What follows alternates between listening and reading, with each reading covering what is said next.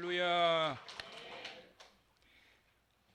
하나님의 말씀을 받기 전에 항상 서로 인사를 나누는데 제가 심심해서 여러분 그 시키는 거 아니고요.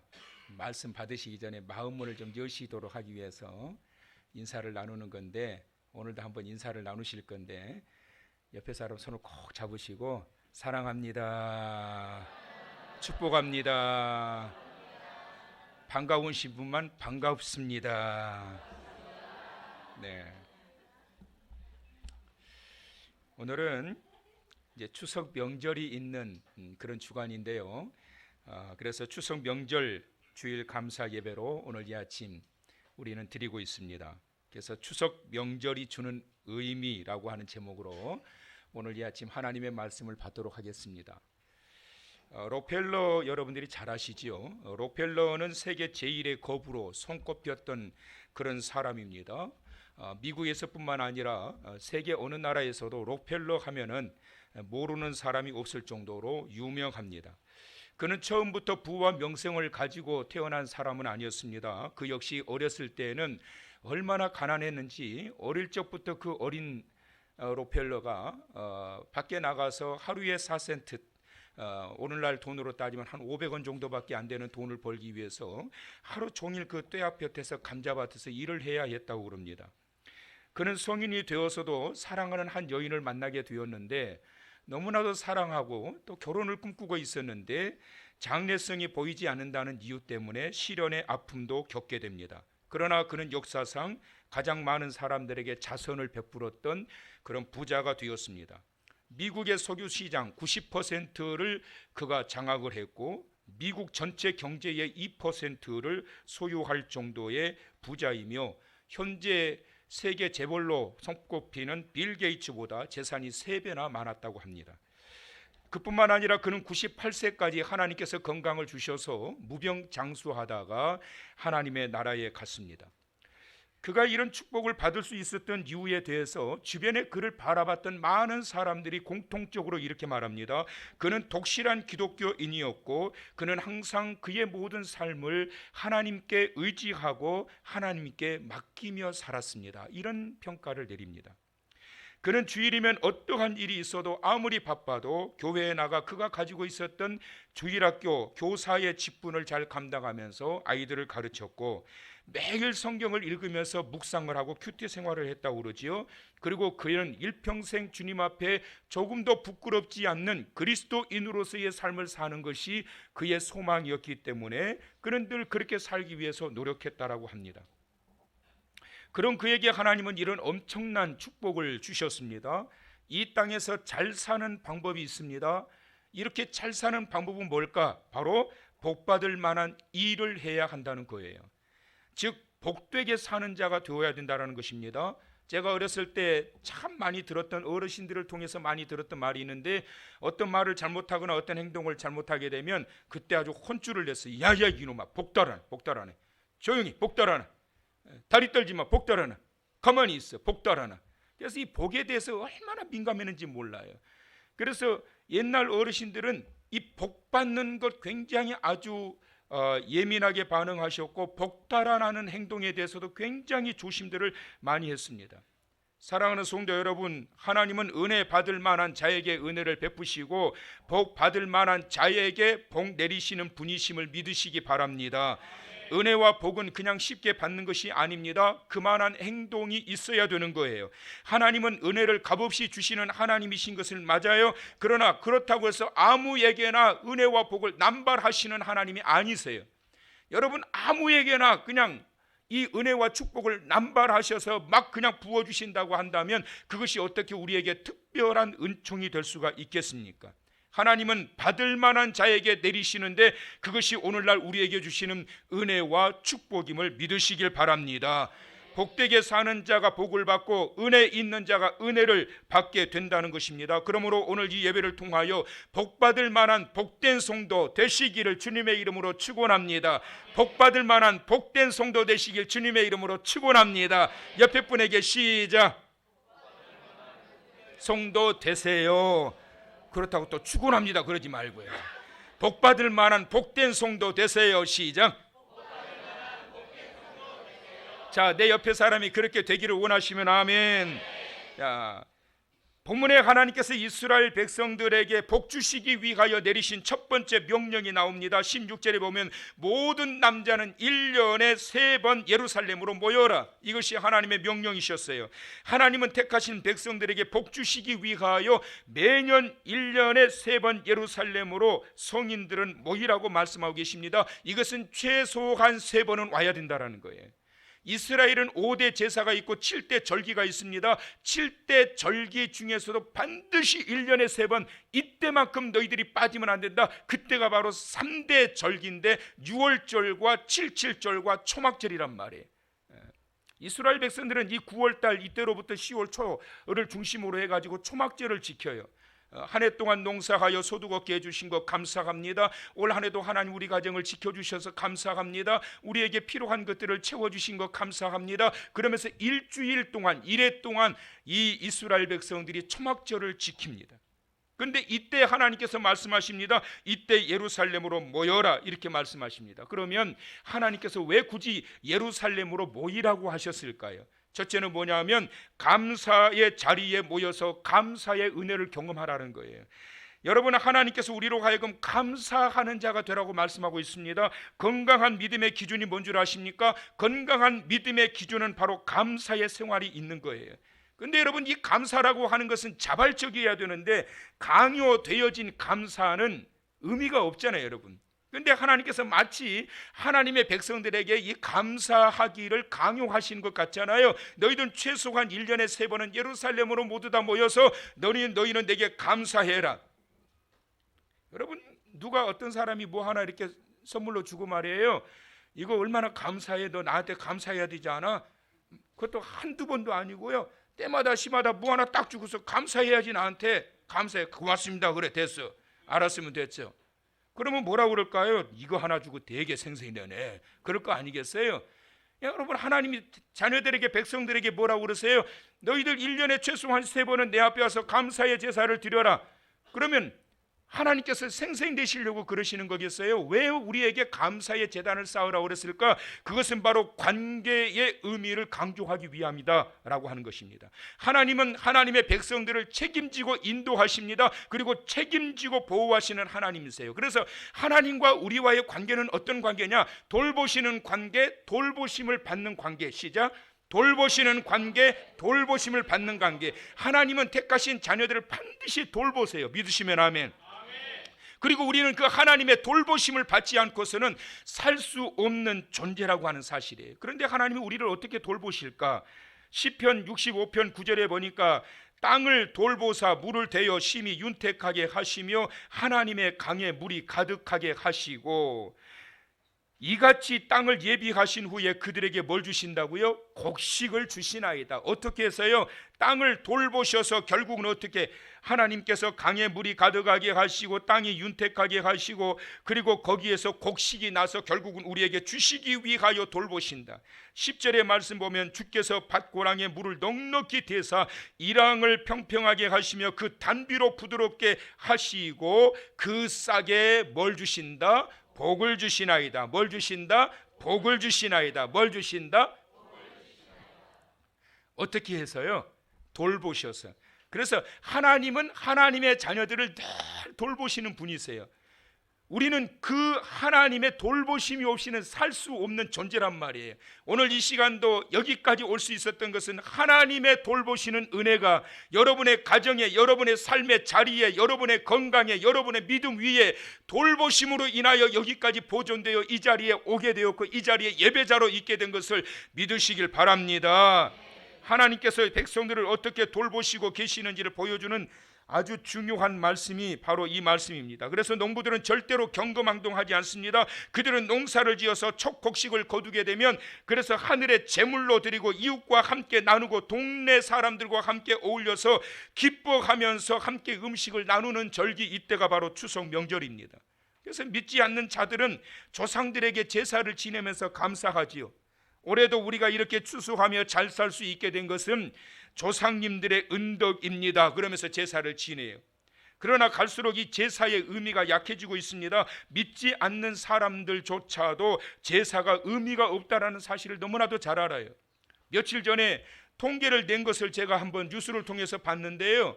뭐 거기에는 물론 그리스도인들도 있었겠지요. 그런데 종교를 초월을 해가지고 통계를 냈어요.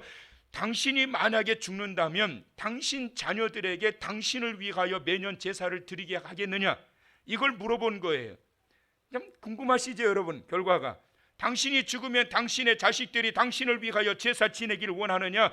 그런데 10명 중에 2명도 안 되는 사람만 제사 지내라고 그러고 나머지는 그게 뭔 의미가 있느냐. 살아있을 때도 내가 자식들한테 잘해준 것도 없고 자식들 고생만 시켰는데 내가 죽어서까지 자식들 고생시키냐, 뭐 이런 생각도 들어있는 거죠. 그리고 그 이미 죽은 사람 제사 지내는데 그게 뭔 의미가 있느냐라고 하는 것이지요. 여러분, 우리가 하나님 앞에 제단을 쌓아야 된 이유는 죽은 조상은 아무것도 우리를 돌볼 수가 없지만 오직 유일하신 존귀하신 하나님, 생사화복을 주관하시는 그 하나님만이 우리를 돌보시고 우리를 지켜주시고 인도하여 주심으로 인하여 우리로 하여금 생존하게 하시고 하나님의 주신 복을 누리게 하신다라고 하는 이 사실을 기억하시면서 하나님을 향하여 감사의 마음과 제단을 통하여 주님 앞에 나아가게 되는 이번 한 주간 되시기를 주님의 이름으로 축원합니다. 그래서 여러분, 추석날 아침에는 제사를 지내지 않아요. 그리스도인들은 뭘 합니까? 감사의 예배를 드리는 거예요. 그래서 오늘 여러분들 가실 때에 감사 예배 드릴 수 있도록 순서지를 전부 다 나눠 드릴 거예요. 가족 수대로 전부 다 가지고 가셔서 추석날 아침에 도란도란 앉아서 그거 가지고 하나님 앞에 감사하면서 찬송하는 것, 그것을 통하여 무엇을 알게 된다? 관계의 의미를 알게 된다. 나를 하나님의 자녀로 여기까지 세우셨고 하나님의 자녀로 세우셨던 까닭에 오늘도 이 시간 주시는 그 은혜에 대하여 감사의 제사를 드리라. 이것이 바로 초막절에 하나님께서 주신 명령인 것입니다. 감사의 새 아침이 되는 이 시간 되시기를 바라고, 이번 한 주간 그 감사의 모습을 통하여 하나님 앞에 향기로운 그러한 모습으로 드려지는 여러분의 삶이 되시길 주님의 이름으로 축원합니다. 그 다음에 또 하나는 결속을 하라고 하나님이 명령하셨어요. 14절의 말씀 보시면 이 말씀이 나오는데 다 같이 크게 한번 읽어보실까요? 자, 시작. 절기를 지킬 때에는 너와 내 자녀와 노비와 내 성중에 거주하는 레위인과 객과 고아와 과부가 함께 즐거워하되, 따라서 합시다. 함께 어떻게? 할렐루야. 함께 즐거워. 두 번째는 내 성중에 거주하는 레위인과 즐거워하라. 내 성중에 내가 처하고 있는, 내가 살고 있는 그 자리를 중심으로 하여 함께 있는 그 레위인과 함께 즐거워하라. 다시 말하면 이웃들과 함께 결속하고 함께 즐거워하는 이 초막절 절기를 가지라는 거예요. 그 다음에 마지막에는 누구예요? 객과 고아와 과부. 이들은 다 누구지요? 외로운 자들이에요, 여러분. 외로운 자들, 이들과 함께 즐거워하라. 함께 즐거워하려면 어떻게 해야 될까요? 그들은 그냥 쫄쫄 굶고 있는데 나 혼자 그냥 음식 받아 먹으면서 그러고 배부르다 이러면 그게 함께 즐거워하는 거냐고요. 함께 음식을 만들어서 나누어 주고. 그래서 여러분, 추석날 음식을 하시면은요, 여러분 주변에 동서남북에 좀 어려운 편부모 가정이라든지 홀로 사시는 독거 어르신들은 계시는지 한번 살펴보시고, 그리고 찾아가서 음식도 나눠 주시고. 대답 안 하시기지요? 나눠주시고. 그게 함께 즐거워하는 거란 말이에요. 그래서 외로운 자들과 함께 결속하여 즐거워하라. 이웃과 함께 결속하여 즐거워하라. 너의 가족이 흐트러졌던 그 마음들이 함께 즐거워하라. 이것이 바로 초막절에 내리신 하나님의 명령이란 말이에요. 여러분은 세상을 향하신 하나님의 최대의 관심이 무엇이라고 생각하십니까? 많은 것들이 있을 수 있지요. 근데 여러분, 세상을 향하신 하나님의 최대의 관심이 뭐냐면 영혼들이 구원받는 것이고, 두 번째는 뭐냐면 가정이 건강하는 거예요. 하나님이 최대의 관심이 뭐냐면 하나님께서 세우신 가정들이 건강하게 지내는 것이고, 영혼들이 예수 그리스도를 믿어서 구원받는 거란 말이에요. 여러분, 하나님께서 세상을 창조하시고 난 다음에 가장 먼저 만드신 기관이 뭐예요? 가정이란 말이에요. 아담을 만드시고 하와를 만드셔서 부부로 세우신 이후에 가정을 만드셨단 말이에요. 그래서 가정은 작은 천국화 되어져야 되는 거예요. 그것이 바로 하나님의 뜻인 것입니다. 그래서 이 가정의 건강을 위해서 하나님께서 율법을 제정하셨습니다. 가정은 건강하고 신성한 그러한 가정이 되어야 됩니다. 가정이 불안하게 되면 정신이 혼란해지게 되고, 일도 손에 잡히지 않게 되고, 기쁨도 사라지고 감사도 사라지고, 나중에는 신앙의 초점까지 흔들리게 되는 거예요. 여러분 사람의 장기 중에서 가장 중요한 장기가 어딘 줄 아시지요? 심장이에요. 다른데 아무리 중한 병이 걸려도 심장만 뛰고 있으면 안 죽어. 그런데 다른데 아무리 건강을 해도 심장이 약하면 한순간에 가요, 여러분. 근데 여러분, 하나님께서 말씀하시기를 모든 삶의 중심을 심장과 같은 곳을, 기관을 어디를 두셨냐면 가정이라는 거예요. 심장과 같은 것, 가정이 무너지면 사회도 흔들리고, 사회가 흔들리면 국가가 흔들린다. 가정이 평안하지 않으면 일도 안 되고, 기쁨도 사라지고, 감사도 사라지고, 정신도 흐트러지고, 가정이 불안하고 불편한데 하나님 앞에 가서 예배 드린들 눈물은 날지언정 그 마음에 평안이 있겠냔 말이에요. 여러분, 가정이 건강하고 평안해야죠. 가정이 안정되고 건강하고 중심 역할을 잘하게 되면 모든 것이 건강해집니다. 먼저 우리 자신이 밝고 건강해지고 신앙도 건강해지게 된다는 거예요. 명절 증후군이라고 하는 게 있지요. 명절 증후군, 명절만 지나고 나면 이혼 가정이 급증한다고 그럽니다. 왜 이런 명절 증후군이 생길까요? 이기적인 행동 때문에 그런 거거든요. 진정한 사랑은 이해하는 것이고, 이해는 배려로부터 시작이 되어지는 것인데, 이기적인 이러한 마음이 이해하지 않고 배려하지 않음으로 인하여 명절 증후군이 나타나서 명절 끝나고 난 다음에 그냥 다툼이 생기게 되고, 이러한 모습들이 나타나게 된다는 거예요. 가정의 건강과 결속을 해치는 지름길, 그것은 바로 서로를 배려하지 않는 것이다. 하나님은 초막절에 말씀하십니다. 너의 가정이 함께 즐거워하기를 원한다. 너의 가정이 함께 즐거워하기를 원하신다는 주의 말씀을 따라 이번 한 주간 사랑하는 성도 여러분의 가정이 함께 즐거움이 가득하서, 그래서 우리 성도님들 가정을 위해서 제가 기도할 때마다 어떤 기도 많이 하는 줄 아세요? 하나님, 우리 성도들의 가정마다 하하호호 웃음꽃 만발하게 해주세요. 기도와 찬양도 가득하게 해주세요. 다툼이 없게 해주세요. 큰 소리 나지 않게 해주세요. 할렐루야. 저도 결혼하고 난 다음에 저의 가정을 위해서 기도했던 것이 뭐냐면, 하나님, 우리 가정에 큰 소리 나지 않게 해주세요. 그러려면 저부터 조심해야 되겠더라고요. 그래서 이때까지 제가 제 기억으로 모르겠어요. 사모한테 나중에 한번 물어보세요. 제 기억으로는 전 집에서 큰 소리 낸 적이 별로 없는 것 같아요.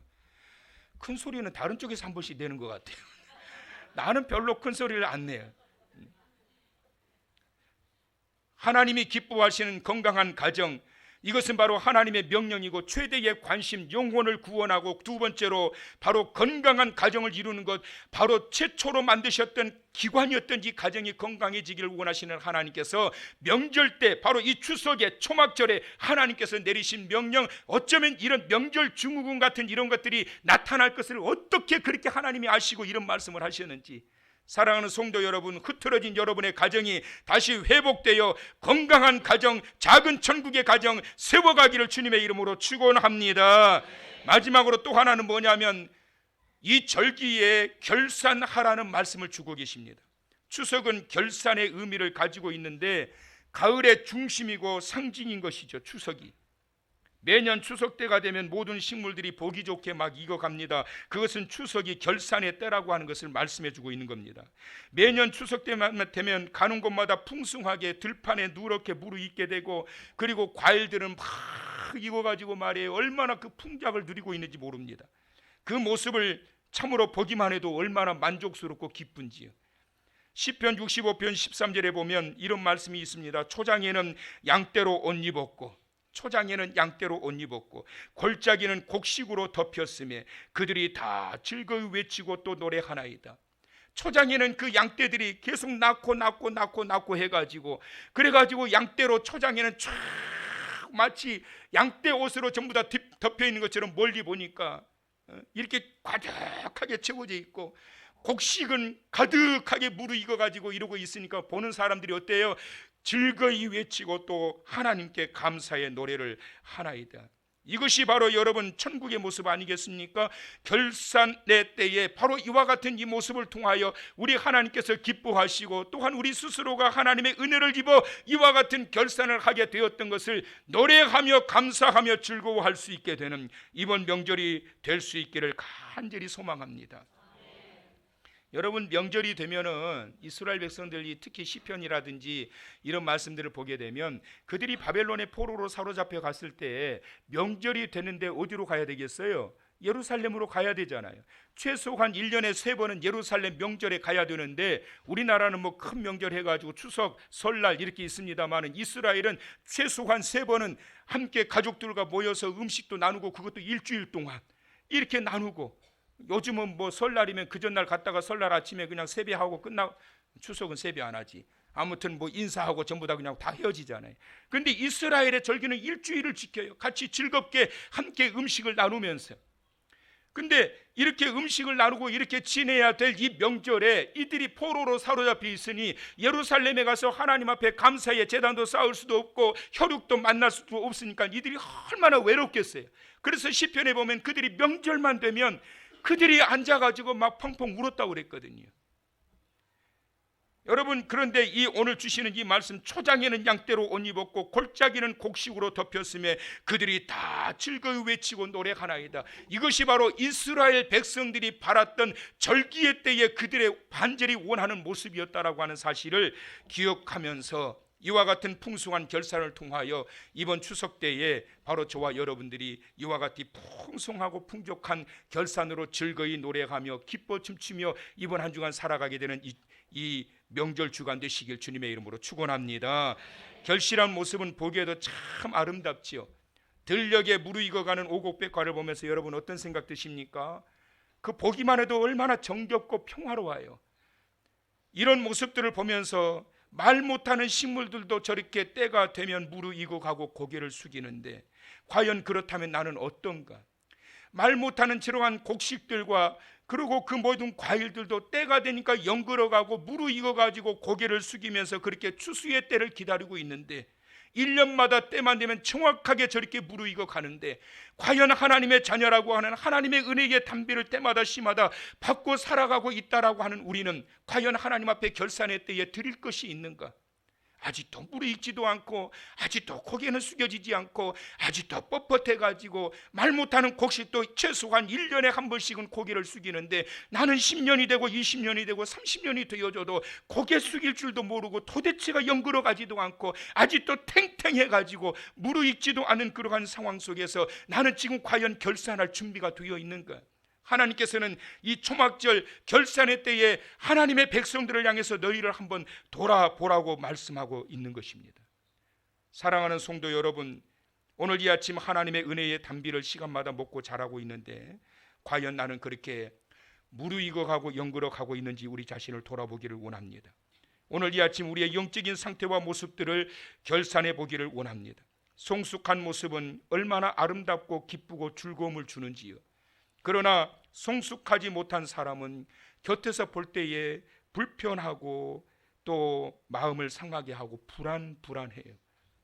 모습도 흉하고 내용도 초라하고 빈약해서 보는 사람들이나 자신 자체도 불행할 수밖에 없습니다.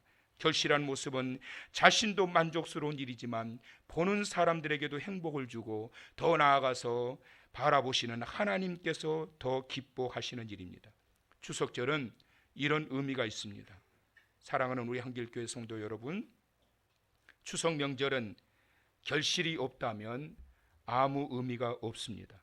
이번 추석 명절은 주님의 사랑 안에서 함께 감사하며 결속하는 시간들이 될 수 있기를 원합니다.